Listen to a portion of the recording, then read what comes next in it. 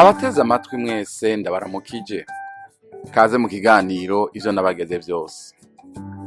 Igihe Yesu yasezera abigishwa biwe yabahaye icagezo ngo bagende bahindura amahanga yose abigishwa, ababatize, baheze babigishe kwitondera ivyo yabageze vyose. Muri iki kiganiro mutegurirwa mukongera mugashikizwa na jewe Yohani Niyondiko, biciye kuri radio Ivyizigiro no ku zindi mbuga zikoresha ubuhinga bwa none. Turigira hamwe kimwe kimwe mu byo Yesu agomba ko tumenya, hanyuma ngo tubigendere bitume dukomeza urugendo rwacu rwo gusa nawe buri munsi. Kaze mu kiganiro cy'uyu munsi. Haleluya. Uyu munsi tuvugana ku cagezwe Yesu yatanze kivuga ngo mubatizwe. Reka dusome muri Matayo igice ca 28 ku murongo wa 19. Matayo 28 ku murongo wa 19 haravuga ngo, nuko nimugende muhindura amahanga yose abigishwa, mubabatiza mu izina rya Data wa twese n'iry'Umwana n'irya Mpwemu Yera. Dusomye kandi mu gitabo c'ivyakozwe n'intumwa igice c'8 ku murongo wa 26 gushika ku murongo wa 39 turahabona inkuru imwe. Ni inkuru y'umuntu ngo w'umutegetsi w'umunyafrika yaravuye i Yerusalemu gusenga, ari mu mukogote wiwe aho yagenda asubira iwabo. Mpwemu w'Imana abwira Filipo ati, yewe Filipo, haguruka ugende utumbereye hariya ndakweretse. Agenda atumbereye ku nzira uwo munyetiyopiya yariko aracamwo agenda ataha iwabo. Mpwemu Yera aramubwira ati, egera uriya mukogote. Awegereye yumva wa mugabo yariko arasoma igitabo, aca yumva ayasoma muri Yesaya. Hanyuma Filipo aramubaza ati, mbega ivyo uriko urasoma urabitahura? Wa mugabo nawe ati, mbega mugenzi, no bitahura gute ntaronse ubinsigurira, uwunyobora, uwundongora, ubindongoramwo. Filipo aca ahera kuri ayo majambo yariko arasoma, amusigurira ivy'ubutumwa bwiza. Yari amajambo ya Yesaya. Yesaya yavuze ivya Mesiya, ukuza kwa Mesiya, imibabaro yiwe. Iyo nkoni iramubaza iti, mbega none ibi bintu muvugishwa yavuze yariko avyivugako canke yariko abivuga kundi muntu? Filipo abona karyo ko kumusigurira ivy'ukuza kwa Yesu Kristo n'urupfu rwiwe no kuzuka kwiwe. Hanyuma ya nkone y'umunyetiyopiya ivyumvise, irizera mu mutima wayo. Hanyuma ngo bagera ahantu wikiramubaza iti, none amazi ngarya ko amazi ari ngaya, none ikimbuza kubatirizwa niki? Filipo aramubaza ati, aramubwira ati, ntimba wizeye mu mutima wawe gose, ndakubatiriza kweri. Mu majambo makeya Filipo abatiriza iyo nkone. Ahejeje kuyibatiriza ngo Mpwemu w'Imana caramujana, ntiyasubira kuboneka ngaho. Wa munyetiyopiya nawe arikomereza yitahira iwabo afise umunezero mwinshi kubera yarahejeje gukizwa, ahejeje no kubatirizwa. Wombaza uti, iki gikorwa cyo kubatirizwa cyaje kubatiza gitangurira he? Catanguriye mbega aho niho cari gitanguriye? Bigaragara neza yuko oya, siho cari gitanguriye. Ni gikorwa cari kimaze imyaka myinshi. Ndabikwereka. Mu isezerano rya kera turabona amazi n'igikorwa cayo. Amazi yamye afise ikibanza gikomeye mu mugigwa wo kuhagira, mu mugigwa wo kweza ikintu canke kweza umuntu. Akarorero turabona ivyagezwe vya Mose bisaba abaherezi gukaraba no kwihumanuza amazi inyuma yo gutanga ibimazi bimwe bimwe, canke inyuma yo gukora ibikorwa vyo gusuzuma canke guhumanura abantu baba bari barahumanye. Turabibona ivyo tusomye mu guharura canke mu Barewi. Mu Kuvayo igice ca 19 ku murongo w'10 turabona Imana ibwira Mose kubwira abantu ngo biyeze bamesura impuzu zabo, kuko Imana yashaka kuza kubagendera. Ndiko ndavuga ngo akamaro k'amazi. Amazi ico yakora mu isezerano rya kera. muri Ezekiyeli 36 ku murongo wa 25 tubona amazi ari ikimenyetso Imana yakoresha ihaye ivuga ko abantu bayo bari bakeneye kuba abejejwe. Haravuga ngo kandi nzobamija kwa amazi meza mushire imvyiro, nzoboza imyanda yanyu yose n'ibigirwamana vyanyu vyose. Nivyo uku ntabwo ariko kubatirizwa nk'uko tubona mu isezerano rishasha, yamara cari gitutu c'umubatizo wari ugiye kuzoza. Muri Petero wa mbere 3:21 hatubwira ko mu buryo bw'ikigereranyo dukizwa n'amazi, tugakugwa ko imvyiro z'umutima, ayo mazi akadukirisha ukuzuka kwande kwa Yesu Kristo. Turavye mu mateka canke muri histoire canke muri kahise, turabona ko mu myaka y'imbere yuko Yohana umubatirizi na Yesu Kristo, Yesu umunyanazareti bashika mw'isi, abayuda batanguye umugigwa wo kubatiriza, kwibiza mu mazi abo bose baba bahisemwo gukurikira idini ry'abayuda. Turiko tuvuga iki? Duhaye tuvuga kuri iki cagezwe cyo kubatirizwa Yesu yavuze ko abizera bose bategerezwa kubatirizwa mu mazi. Umuntu ico gihe abayuda canke abisirayeli bamaze kumubaza ibituma vyose yipfuje kuba munsi y'amababa y'Imana ya Isirayeli, baca bamukeba, la circoncision. Hanyuma bamaze kumukeba bakamubatiriza imbere y'ivyabona, akambura impuzu zose, bakamwibiza mu mazi atemba, ayo mazi akayavamwo yitwa umwana w'ukuri wa Isirayeli. Ngo aho rero Yohana nawe arashitse. Yohana umubatirizi atangura kwigisha umubatirizo utandukanye n'imibatirizo yose yabayeho imbere yiwe. Atangura kwigisha umubatirizo wo kwihana no guharigwa ivyaha. Abantu baravyumva, bavyumvise Bibiliya iratwereka yuko ngo baje kuri wari benshi bavuye hirya no hino, arababatiriza. Umubatizo wa Yohana wari uje uvuye hehe? Mbega waje uvuye ku bantu? Habana gatoya waje uvuye ku Mana. Uwo mubatirizo wari utandukanye n'iyindi myuhagiro yose yari yarigeze kubaho imbere yiwe, haba mu Bisirayeli canke mu banyamahanga. Yohana ntiyaraje ari umuntu asanzwe. Yohana yaraje arungitswe n'Imana, yaraje gutegura inzira y'Uhoraho, yaraje gutegura umuzo wa Yesu Kristo, umwami, umukiza. Yaraje gukiza isi, yaraje kuyikiza ivyaha, kuyikiza ubuja bwa Satani. Muri Luka 3 ku murongo wa 2 ijambo ry'Imana ngo ryaje kuri Yohana rimubwira ngo genda mu bugaragwa wigisha. Ngo acaragenda yigisha umubatizo wo kwihana ivyaha. Mu yandi majambo yahamagariye abantu kwihana, agaca babatiriza muri Yorodani, niko Bibiliya itubwira.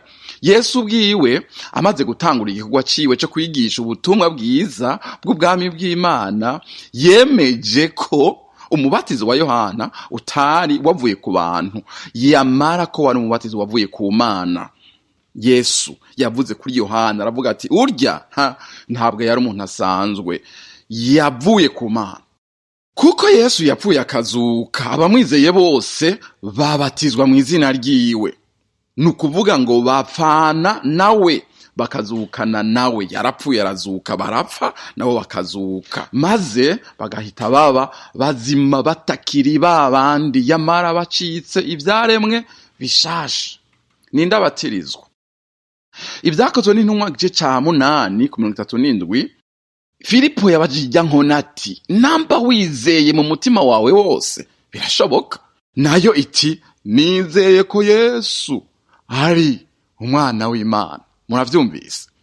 Icyakurikiye nkuko nabivuze, yaciye ayimushira mu mazi aramubatiriza. Mumenye mwibuke aha Yesu yaje yarapfuye, amaze no kuzuka, amaze no kugenda mu ijuru. Kubatirizwa yamubatirije mu izina ry'uwo Yesu Kristo, no kuvuga mu rupfu rwiwe no mu kuzuka kwiwe. rero habatizwa umuntu yizeye mu mutima wiwe wose. Yizeye iki? Yizeye ko Yesu ari umwana w'Imana. Iyi ni impfunyapfunyo y'ivyo twavuze ubushize, ko umuntu yaturisha akanwa kiwe ko Yesu ari umwami, hanyuma akizera ko Imana yamuzuye imukuye mu bapfuye.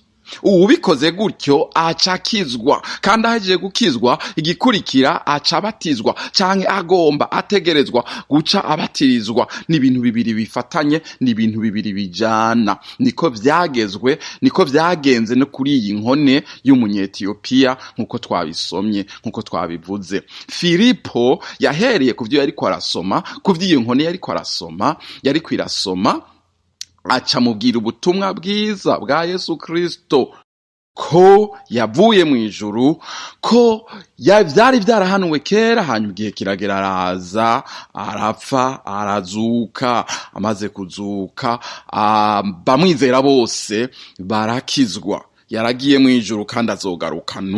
Nibwo butumwa bwiza. Iyo nkone amaze kubwumva akabwizera, icyakurikiye cari iki? Kubatirizwa. Kuko we nyine aciye avuga ati, none ko nizeye ngajya amazi, mbega ntiwombatiriza? Filipo nawe aragira ati, ndakubatiriza nyene. Haca aramubatiriza. Umunezero yagiye afise, ntiyasubiye no kwibaza ngo mbega Filipo agiye ko azimanganye. Oya, yitahaniye umunezero, yigira iwabo muri Afrika. Ubutumwa bwiza buba bukomeje gushwiragira, kugwira muri Afrika. Aha ndababwire yuko Ethiopia murabona ko iri ruguru mu gice ca Afrika ca ruguru, kiriya gice mu myaka yashize carimwo ubutumwa bwiza mu buryo bukomeye. Bigaragara yuko anye ni inkoni y'umunyetiyopiya n'abandi bashitse babwiriza ubutumwa bwiza, bigisha ubutumwa bwiza mu gice ca Afrika ya ruguru, ngo abantu barakizwa cane, barakizwa gose, ku buryo bwirije ubutumwa bwiza nabo bagabukwiza mu isi yose, bakabusubiza muri Europe, mu Iburaya, mu buryo bukomeye cyane. Kubatizwa rero, dukomeje kwimba, icambere ndashaka ko wewe uri kuranyumviriza wumva ko gukizwa canke kwizera ubutumwa bwiza bifatanye no kubatirizwa, biragendana. Ni koko uko ubu bikorwa mu mashengero vyahavuye bigaragara yuko uhejeje kwatura kuvuga ati ndizeye, bikenewe yuko yigishwa imbere yuko bamubatiriza. Mutahura ariko yuko umubatizo turiko turavuga n'umubatizo wo kwihana ivyaha. Mu gihe c'intumwa, ishengero rya mbere, nkuko mubona vyagenze kuri iyo nkone, umuntu yapfa kwizera ubutumwa bwiza bw'ubwami yaca abatizwa ubwo nyene. Yabavuze ati, yemwe ntabwo nkiri wa wundi, ntabwo nkiri muri vya bindi, ntabwo nkiri muri ba bandi. Ubu Yesu niwe mwami wanje, ndavyemeye, ni wanganza, ni wandongora. Nimba ari gupfa mfana nawe, mfira muri we. Nimba ari guhamwa, ndavyemeye, ndaje mu mugwi wanyu, duhamwe hamwe. Nibutse ya majambo ya Mose yari umwana w'umukobwa wa Farao muri Egiputa, ngo ariko ngo ivyo ntiyabifashe ko ari ivy'igiciro kuri we, ngo yahisemwo kugiriranwa nabi n'ubwoko bw'Imana bw'Abisirayeli, Imana yabo. Yemeye, yagize ati, jewe ndu mw'Isirayeli, niyo Mana yanje, niyo Mana yacu. Ivy'ibwami kwa Farao ndabihevye. Yesu niwe aba acitse umwami wawe. Kuva ico gihe wizeye. Umuntu ico gihe yabavuze kumwe yandirimba ivuga ngo, kuva ubu ndi umukristo kandi nzokwama ndiwe mu bintu vyose gushika kugupfa. Iyi niyo Mana yanje, ubu niwe mwami wanje, naho igihugu cose contwenga, ndi umukristo. Reka ndaguhamagarire kwitegereza kandi gato umubatizo Abisirayeli babatirijwe ubwo bari munsi ya cagicu. Bahe bava hehe? Muri Egiputa. Bagenda hehe? Mu gihugu c'isezerano. Hari umubatizo babatirijwe, bacishijwe mu kiyaga gitukura, bacishijwe mu mazi ya kirya kiyaga. Urya mubatizo babatirijwe n'umubatizo udasanzwe. Babatirije umubatirizo w'agakiza, kuko Imana yabakirishije arya mazi, ibakiza abansi babo bari babomye inyuma, ibakiza ubuja, ibakiza ubucakara bwo muri Egiputa. ibakiza gusubizwa muri Egiputa, kuko bari babakurikiye ngo babasubize inyuma, babasubize mu buja. Imana ibakirisha arya mazi y'ikiyaga gitukura, abansi babo bobo bayahoneramwo. Bajabutse Miriyamu afata ingoma, udushako tw'ingoma, n'abandi bagore ngo baratazira Imana bati nimurimbire uhoraho nyenkomezi ya Yakobo kuko ari mwiza. Ngo ifarashi n'uwigenderako yabisutse hehe? Mu kiyaga. Bari bahejeje gukizwa. Uhejeje gukizwa agira iki? Agira umunezero, akaririmba, agatazira Imana kuko abavuye mu rupfu ashitse mu bugingo. Reka kandi nongenda guhamagarire kwitegereza uwundi mubatirizo. Raba barya abantu 8, Nowa na mukiwe n'abahungu babo 3 n'abakazana babo 3, abantu 8. Hari mubatirizo babatirijwe aho Imana yabakirisha ubwato. Abandi bose barahona, ariko bobo babatirizwa umubatirizo w'agakiza, bakirijwe hehe? Mu bwato. Petero wa mbere 3 ku murongo wa 20-21 niho tubibona. Dusomye mu Bikorinto ba mbere igice c'10 murongo wa mbere gushika kuri 4 haravuga ngo, bene data, ni Paulo ariko aravuga ati, singomba ko mutamenya yuko basogokuruza bose bari munsi ya cagicu, kandi yuko bose baciye hagati ya cakiyaga cigabanije, bose bakabatirizwa kuba aba Mose muri ico gicu no muri ico kiyaga. Bose bagasangira vya vyo kurya vy'impwemu, bose bagasangira vya vyo kunywa vy'impwemu, kuko banywa ku gitandara c'impwemu cabakurikira. Ico gitandara cari Kristo. Haleluya, Imana ishimwe cane. Abisirayeli babatirijwe mu guca muri ca kiyaga, kandi bari bafise igitandara bagenda banywako, bari bafise igitandara baryako, basangira ivyo kurya vy'impwemu n'ivyo kunywa vy'impwemu. Imana iduhezagire cane. Indunduro yanje ngiyi, canke conclusion niyi. Iki cagezwe Yesu yatanze kivuga ngo mubatirizwe, mu yandi majambo kivuga ngo kizwa. Ukubatizwa ni igikorwa uwukijijwe agirirwa, gisigura ngo apfanye na Yesu, hama azuranywe nawe, azutse ari mushasha, ngo ace abaho ubuzima bushasha, ubuzima bugaragaza ko atakiri wa muntu wa kera, nyabona ko yabaye icaremwe gishasha. None hakurikira iki? Izere umwami Yesu, mwe nabo mu nzu yawe bose murakizwa. Niki gikurikira? Yewe unyumviriza, yewe unteze amatwi, izere umwami Yesu. Izere. Umaze kwizera ukatura ko Yesu ari umwami, ko Imana yamuzuye imukuye mu bapfuye, urakizwa. Fata kandi vyiyumvireko gatoya.